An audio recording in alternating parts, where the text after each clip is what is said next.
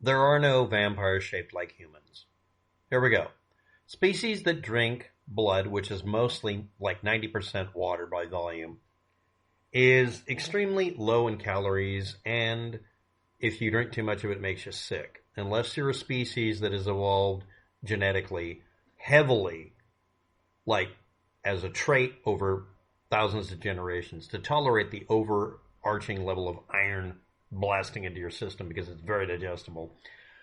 Most creatures do not consume blood as a primary or exclusive food source because it's garbage.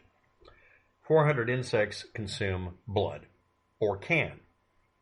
18 lampreys do, but they also consume meat, or not, depending on which one you're looking at. Some fish, like catfish, will. Candiru, candiru is a fish example people bring up. Leeches do as well. There are some birds, 3 notable ones, that do it often enough to refer to them as being vampiric. And bat species, there are 3 of them out of thousands. All of these things have something in common. Almost all of these are really small, which means that the ridiculous lack of caloric input for the risk involved in finding a living thing to consume blood from, which immediately makes you a predator, where you're not ending the existence of the prey and therefore eliminating the risk to yourself. These creatures end up being fairly small because that's a slight advantage when attacking a larger mammal or fish or anything. So where does this come from? Okay, I'm going to have an icon for the video because it'll be fun, but human beings have deciduous teeth. We lose all of our baby teeth, usually by the age of 12 or 13 or whatever, and we get extra teeth in the process as our jaws grow. And you can have arguments back and forth about the value or lack thereof of this, but it allows you to spend the first 10 years of your existence, and just before the maturation stage where you're technically capable of being considered mature, intelligent, and self-sufficient, that you get another, it's like a video game, you get another life.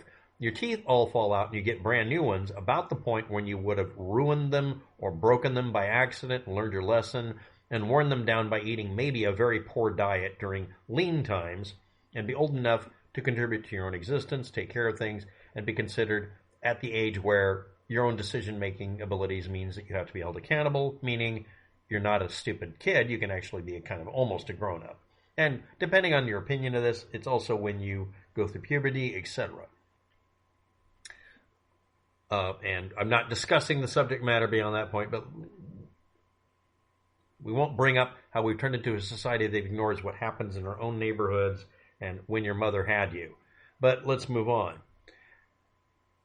What if those new adult teeth don't come in? What if you had a really poor diet? Well, if you had a poor diet and didn't wear down the teeth, one of the automatic functions, whether it's an advantage or not, is that your body will forget to complete the replacement of your teeth. They'll come in much later, or they won't come in at all, or you'll lose some of them. And the first ones to come out, depending on your genetics, background, maybe even the region you came from, is your front upper teeth may fall out as baby teeth and not have the grown-up teeth grow in.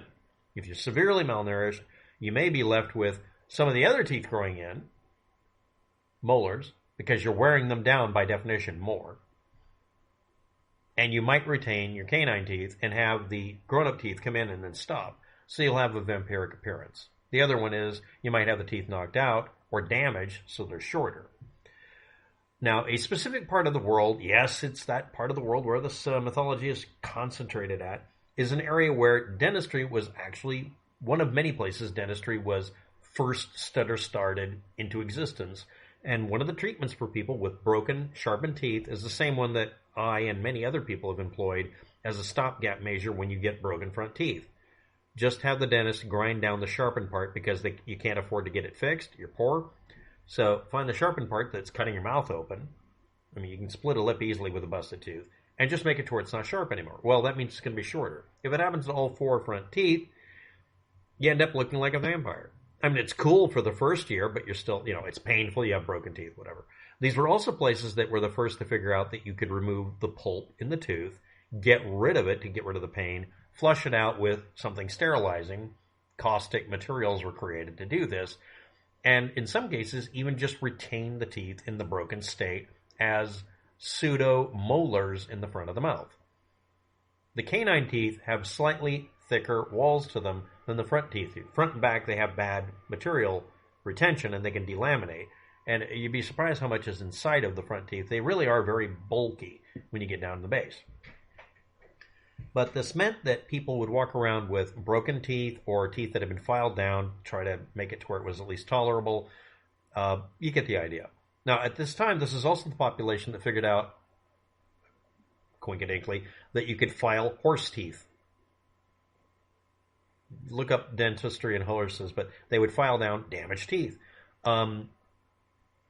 Don't correct me on this. I'm just looking up the sources of data on the subject. So, I mean, I'm not assuming it's correct, but maybe a coincidence. But the point is, animal dentistry and human dentistry, you get the idea. So the other part of this is that people who are going through extreme malnutrition would sometimes get faces that would change a lot, including having the teeth just fall out in the front, a lot like a person might have it happen from some other illness. Also, the teeth might grow in a funny angle where they weren't really visible, or they were impacted up inside of the jaw. Sometimes they'd have a case where the adult teeth would come in, but the baby teeth wouldn't come out. And then when the baby teeth came out, the front teeth were way up high and sticking in funny angles. So what you end up with is a bunch of people who have a bunch of malnutrition issues, which will cause all sorts of other changes in them, including the ones that are associated with vampirism. And they would have sharp canines. Now, the other part about this is the original vampires that were depicted in lore as a discussion or a written account had front teeth and no other teeth. All their teeth fell out except the front, which is another medical condition, and it was a slightly different group of people that had that mythology. So, to conclude, the origin story for this is a bunch of people who had bad teeth due to malnutrition, accident, attempting to fix it, 100 other variables. Number 2, the primary cause was bad living conditions, bad medical conditions, a culture and an infrastructure that couldn't take care of them, and more importantly, malnutrition in general and just a life that was miserable. Next, vilifying a person who's probably just desperately hungry and needs to be taken care of just seems really cruel when you think about it. Next, that's all we have. And those are just kind of answers. Now let's get to the mythology of it being true. No. Literally all biological examples we have, including ones we never knew about, and there's more of them in the sea, for instance, than on land. I mean, we only have a few bird like 3 birds, 3 bats, a few types of fish that we know of that are inland, but in the sea itself you have lots and lots of creatures that are very similar. They're parasitic life forms. Parasite life forms are quite common. You can check out those populations, and when you find out is the parasitic species, there are more of them we didn't know about. So we've discovered more than we had in the past, possibly. There isn't any fossil record of anything even resembling a vampire. Yes, someone's going to point to that picture you saw on Facebook. I'm very happy you're going to do that. How many times do I have to debunk these? Finding out that it's literally a fake story. Let's change it. I don't debunk the conspiracy theories and the mythology. I find out someone's faking proof again. Truthers are always lying because they need to provide proof of something that's not provable. The only way they can do it is to fake it till they make it. So when people bring up energy vampires, romantic vampires, love vampires, blah, blah, that's not the same thing. No, it's not.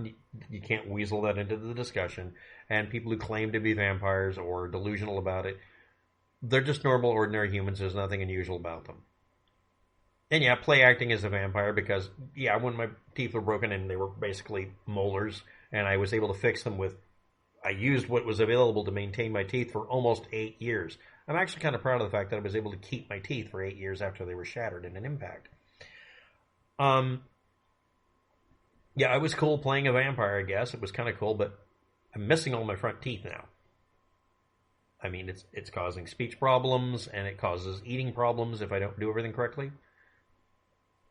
It's not romantic at all. By the way, when you lose your front teeth, you start switching over to using your side teeth as replacements for the tearing function of the front teeth. So I'll go and eat like that. Hey, maybe you have a relative that does the same thing. It looks animalistic, and that's about all that's happened for me. Second, 15th comment for this video. Since I've had all of the bad teeth in my mouth, all of them just removed, I just wanted to make sure I don't die from an infection. I've had no medical problems with this entire part of my body.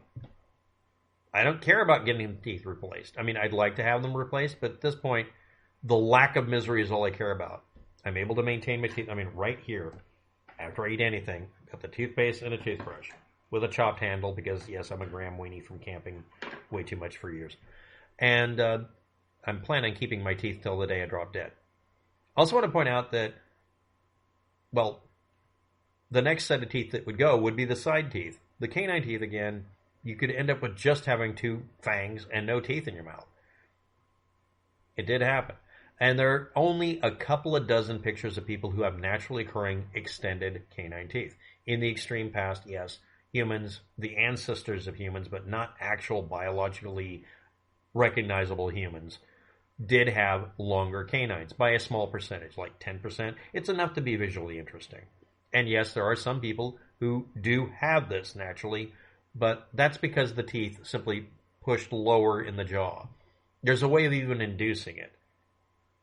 But the majority of people you're seeing on TikTok just have dental appliances. I made fangs for people doing a couple of vampire movies. It's not that complicated. You can even mineralize the tooth on purpose these days to where you actually have real fangs because they're real in that they're made of the same material teeth are. And if it's done right, it doesn't hurt. And if it's done wrong, it really hurts. It's a method for filling teeth with something that is literally tooth-like. It's not as good as teeth. It will dissolve more. You have to really take care of your teeth not to lose them. You're often better off just putting in caps because they don't cause as much problems. But you get the idea. There aren't any real vampires, just like I said at the beginning. So that's it. The video's done. Yeah. Also want to point out, if you're not aware, mosquitoes originally started off being exclusively nectar consumers. A species of bug that did that. They just pollinate and drink nectar, like a bug version of a hummingbird. But the current version that bites you, it's the same bug. It just uses blood as a shortcut to make its eggs. They're not eating it for nutritional value. They're eating it. The female is eating it to make eggs. They're still just a nectar consumer. And any nectar consumer, including some birds, can poke you. By the way, most bugs, if they can bite into anything that way, like fruit, can bite you. They're not vampiric. They're just biting you because they think you're food. Bye. Thanks for watching. Good luck.